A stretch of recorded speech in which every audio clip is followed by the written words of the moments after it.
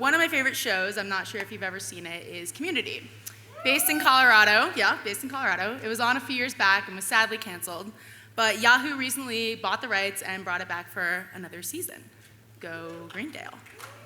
Anyway, one of the first episodes of this past season, Craig Pelton, the quirky dean who runs the community college, purchases and obsesses over an old school virtual reality system that allows him to manipulate worlds within worlds. The problem with these worlds within worlds, of course, is that they were simply exaggerated versions of things you could do on a normal computer. So he spends hours running, jumping, and shooting laser beams to do things like change the time zone. But he loves it. He grows emotionally attached to it, refuses to return it or even leave the system, and the other characters have to come in and basically drag him out of the system. It is hilarious and silly, but it does teach us one very important lesson. Virtual reality has the ability to manipulate emotion and empathy like no other medium in existence. It immerses us in all of our senses into another world, manipulating what we see, feel, and basically think. It's pretty powerful. So virtual reality has obviously been around for a while, but it hasn't really become popular until now. And everybody's getting in the game. Google, Samsung, HTC. There are even a few small startups who talked about it this very week.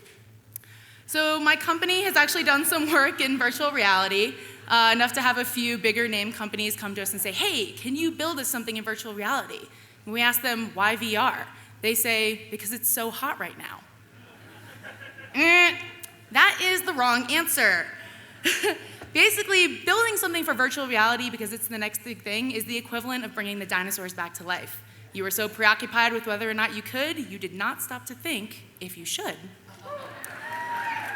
So virtual reality, everyone is inclined to recreate the wheel.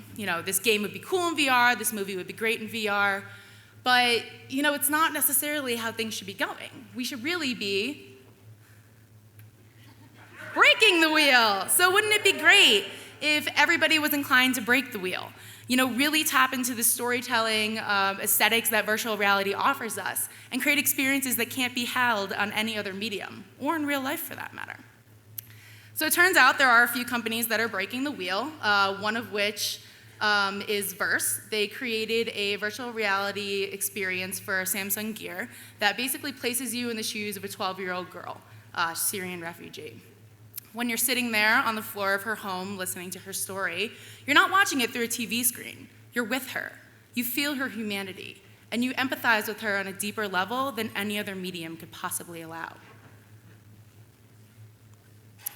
So Verse brought this experience to the World Economic Forum and through it transported them to that floor.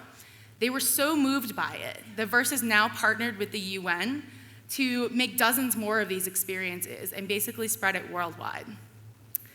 The New York Times has also recently gotten to the virtual reality game, so they partnered with Google Cardboard to send over 1 million viewers to their Sunday Times readers for free in an effort to promote their new VR content.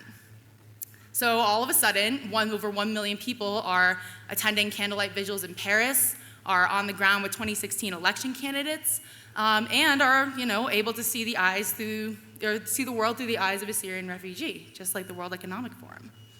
But not all emotion-driven virtual reality is doom and gloom.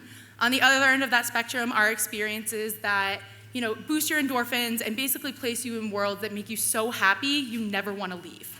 My team actually built one last year. So the game we made takes place in a surreal, low-poly world where you explore caverns and cliff sides and unearth lost civilizations.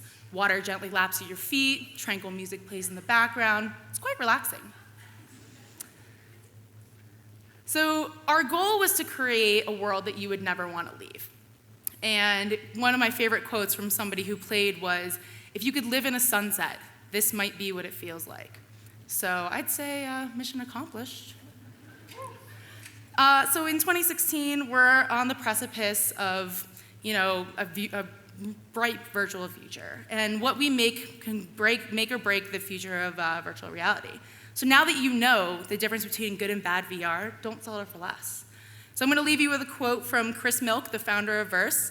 He said, talking about VR is like dancing about architecture. You won't understand it till you're in it, so go get in it and experience the possibilities for yourself. Thank you.